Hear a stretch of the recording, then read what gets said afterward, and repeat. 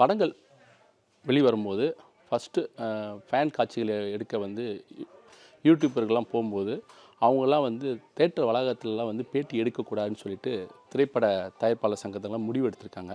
இதை நீங்கள் எப்படி பார்க்குறீங்க?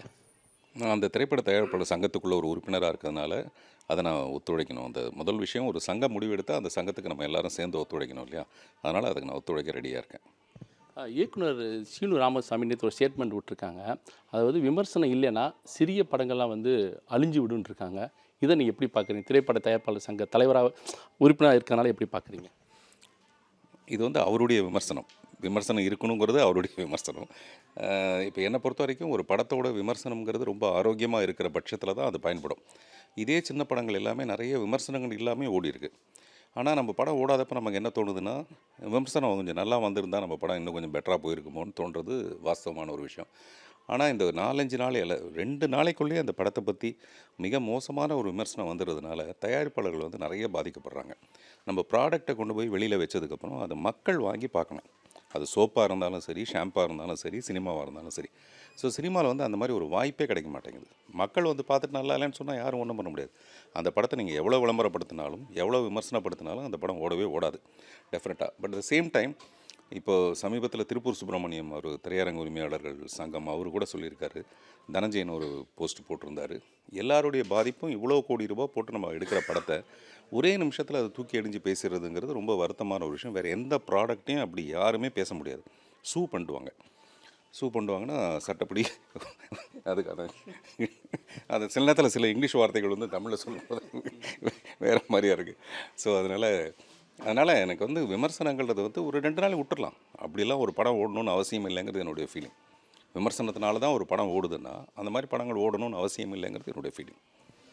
சீமானா இருக்கட்டும், நடிகர் விஜய் ஆகட்டும், சினி ஃபீல்டில் இருந்து தான் அரசியலுக்கு வந்திருக்காங்க. அப்படி இருக்கும்போது 2 பேருமே நெருங்கிய நண்பர்கள். சில காலமாக 2 பேரும் வார்த்தை ஜாலம், அதாவது வார்த்தை மோதலில் வந்து ஈடுபட்டிருக்காங்க. இது வந்து எப்படி நீங்கள் பார்க்குறீங்க? சினிமா இதில் இருக்கிறனால நீங்கள் எப்படி பார்க்குறீங்க? நம்ம தமிழக அரசியல்ன்றது வந்து ஆரம்பத்தில் இருந்தே பேச்சு தான். நம்மளுடைய பேச்சின் மூலமாக நம்ம எதை விஷயத்தை செயல்படுத்த விரும்புகிறோம். அது வந்து அண்ணாதுரையாக இருந்தாலும் சரி, கலைஞராக இருந்தாலும் சரி, எல்லாருமே அந்த பேச்சின் வாயிலாக தான் இந்த அரசியல் ஆட்சியை பிடிச்சிருக்காங்க. அப்படி இருக்கும்போது இப்போ அவங்க 2 பேரும், இப்போ மிஸ்டர் விஜய் வந்து இப்போ தான் பேச ஆரம்பிச்சிருக்காரு. ஒரு தவழும் குழந்தை மாதிரி அவர் இப்போ தான் பேசவே ஆரம்பிச்சிருக்காரு. இல்லாட்டி பேசுகிறதுக்கெல்லாமே அவர் பயப்படுவார். இப்போ தைரியமாக பேச ஆரம்பிச்சிருக்காரு. அது ஒரு வாழ்த்துக்குரிய விஷயம். அதே மாதிரி மிஸ்டர் சீமான் வந்து ஆரம்பத்துலேருந்தே ரொம்ப அப்படி ஓங்கிய ஒரு பேச்சு தான் அவருடைய பெரிய செயல்பாடு. அதனால் இதில் சரி தப்புன்னு ஒரு ரூட்டுமே கிடையாதுங்க. அவங்கவுங்களுக்கு எது சரியாக இருக்குமோ அதை நம்ம செஞ்சுட்டு போகலாம். இப்போ ஃபாரினில் வந்து அரசியலில் இருக்கவங்க இவ்வளோ பேசுகிறதே கிடையாது. இவ்வளோ பேச்சு அங்கே தேவைப்படுறது கிடையாது. பட் நம்ம ஊருக்கு வந்து பேச்சு ரொம்ப சுவாரஸ்யமாக இருக்குது. அதனால் அது வரவேற்க வேண்டிய விஷயந்தான். மலையாள திரையுலகில் வந்து பெண்களுக்கு பாதுகாப்பு இல்லைன்றாங்க. தமிழகத்தில் வந்து பாதுகாப்பு அதிகமாக இருக்குன்றாங்க. அப்படி என்ன தான் மலையாள திரையுலகத்தில் அங்கே என்ன நடக்குது? அது ஏற்கனவே அந்த ஒரு கேஸ் வந்து ரொம்ப பெருசாக வந்து அதுக்கப்புறமேல அது ஆஃப் ஆகிடுச்சு. அதனால் நமக்கு அதை பற்றி சரியான விஷயம் தெரியல. எனக்கு தெரிஞ்சு பெண்களுக்கு நல்ல பாதுகாப்பு எங்கேயுமே இருக்குது. பாதுகாப்புன்றது முதல்ல பெண்கள்கிட்டேருந்தே ஆரம்பிக்குது அந்த விஷயம். இப்போது எனக்கு தெரிஞ்சு மலையாள ஃபீல்டுக்கும் தமிழ் ஃபீல்டுக்கும் அவ்வளோ பெரிய டிஃப்ரென்ஸ் இருக்கிறதாக எனக்கு தெரியல. பத்மினி ராகினி காலத்துலேருந்தே ஆரம்பித்து பார்த்தீங்கன்னா, இங்கே தமிழில் நடிக்கிறவங்க தான் அங்கே மலையாளத்தில் நடிச்சிருப்பாங்க. மஞ்சு வாரியர் அங்கேயும் நடிப்பாங்க, இங்கேயும் நடிப்பாங்க. சாய் பல்லவி அங்கேயும் நடிப்பாங்க, இங்கேயும் நடிப்பாங்க. கீர்த்தி சுரேஷ் அந்த மாதிரி தான். அதனால் மலையாளத்துக்குன்னு தனியான நட்சத்திரங்களும் தமிழுக்குன்னு தனியான நட்சத்திரங்களும் இருக்கிறதா எனக்கு தெரியல. அதனால் பாதுகாப்பு 2 பக்கத்துலேயும் சமமாக தான் இருக்குன்னு நான் நினைக்கிறேன். மலைக்கும் உங்களுக்கும் ரொம்ப தொடர்பு இருக்குது. மழைனாலே உங்களுக்கு ஒரு இதாக இருக்கும்.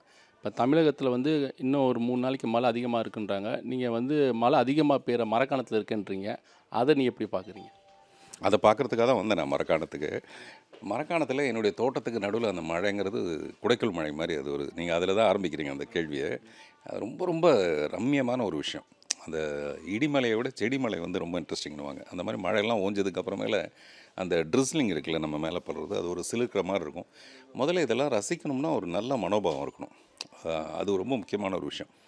எனக்கு தெரிஞ்சு மழையை யார் ரசிக்கிறாங்கன்னு தெரியல. வைரமுத்து அவர்கள் வந்து ஒரு கவிதையில் சொல்லியிருப்பார், மழைக்கு ஏன் கருப்பு கொடி காட்டுறீங்கன்னு. கொடைய மழைக்கு ஏன் கருப்பு கொடி காட்டுறீங்க, அது எவ்வளோ பெரிய விஷயம். விவசாயிகளுக்கெல்லாம் பார்த்தீங்கன்னா, நான் போட்டிருக்க கூட ட்ரெஸ்ஸு விவசாயிகளுக்கான ட்ரெஸ் தான் போட்டிருக்கேன். ஸோ மழை வந்து வரவேற்க வேண்டிய ஒரு விஷயம். மழை வந்து பெரிய வரம், அது பெரிய கொடை. அதை வந்து குடையாலெல்லாம் மறுக்கக்கூடாது. அது பெரிய கொடை அது. இது நீங்கள் பணம் கொடுத்தோ இவங்க ஆட்சிக்கு வந்துட்டாங்க மழை வரணும் அந்த மாதிரிலாம் நடக்கவே நடக்காது. மழைங்கிறது அது வேற ஒரு பெரிய வரம், அது கிடைக்கிறது பெரிய சந்தோஷம். அதாவது புதுச்சேரியில் வந்து திரைப்பட படப்பிடிப்புக்கு ஒரு நாளைக்கு 25,000 வசூல் பண்ணிட்டு வந்தாங்க. இப்போ வந்து முதல்வர் ரெங்கசாமி வந்து அதை 10,000 ஒன்றும் 15,000 ஒன்று குறைச்சிருக்காங்க. இது திரைப்பட தொழிலை நம்பிக்கை இருக்கிற தொழிலாளர்களுக்கு மிகப்பெரிய பயனுள்ளதாக இருக்கும். நீங்கள் அதுக்கு தான் நீங்கள் நன்றி தெரிவிக்க வந்திருக்கீங்க. அப்படி பார்க்கும்போது புதுச்சேரி அரசாங்கத்தில் விலை வந்து ரொம்ப குறைச்சிருக்காங்க. தமிழகத்தில் எப்படி இருக்குது? தமிழக அரசுக்கு என்ன கோரிக்கை வைக்கிறீங்க? உங்களுக்கு ஜாதகம் தெரியுது, ஜோசியம் தெரியுதுங்கிறது எனக்கு இப்போ தான் தெரியுது. நான் ஏதோ மறைச்சி அதுக்கப்புறம் நன்றி சொல்லலாம்னு நினச்சிருந்தேன். 28,000 வரைக்கும் இருந்த அந்த ஷூட்டிங்கோட இது வந்து இப்போ நம்ம 15,000 மாற்றிருக்கிறதும், 18,000 இருந்த சீரியலுக்கான விஷயம் வந்து 10,000 மாற்றிருக்கிறது வரவேற்கப்பட்ட விஷயம். கைத்தட்டி வரவேற்கிறது மீறி கைகூப்பி அவருக்கு நன்றி சொல்லலாம் முதல்வருக்கு. அவ்வளோ முக்கியமான ஒரு விஷயம். ஒரு நாட்டில் வந்து எங்கே டூரிசம் வந்து பிரமாதமாக வளருதோ அந்த நாடு வந்து மிகப்பெரிய ஒரு வர்த்தக வளர்ச்சி இருக்கும், பொருளாதார வளர்ச்சி இருக்கும். வந்துட்டாருங்க. ஸோ அதனால் பாண்டிச்சேரியோட மிகப்பெரிய வளர்ச்சிக்கு இது ஒரு நல்ல ஆரம்பம், நல்ல ஒரு உறுதுணையாக இருக்கும். ஸோ முதல்வருக்கு அதுக்கு நன்றி சொல்ல தான் வந்திருக்கேன். தமிழக அரசுக்கு இதே மாதிரியான ஒரு வேண்டுதல். பாருங்கள், பக்கத்து பாண்டிச்சேரியில் இதெல்லாம் பண்ணியிருக்காங்க. பாண்டிச்சேரியில் பண்ணுறதெல்லாம் நம்ம பண்ண முடியாது, அட்லீஸ்ட் இதையாவது பண்ணலாமேன்னு ஒரு விண்ணப்பம் வைக்கலாம். நன்றி சார்.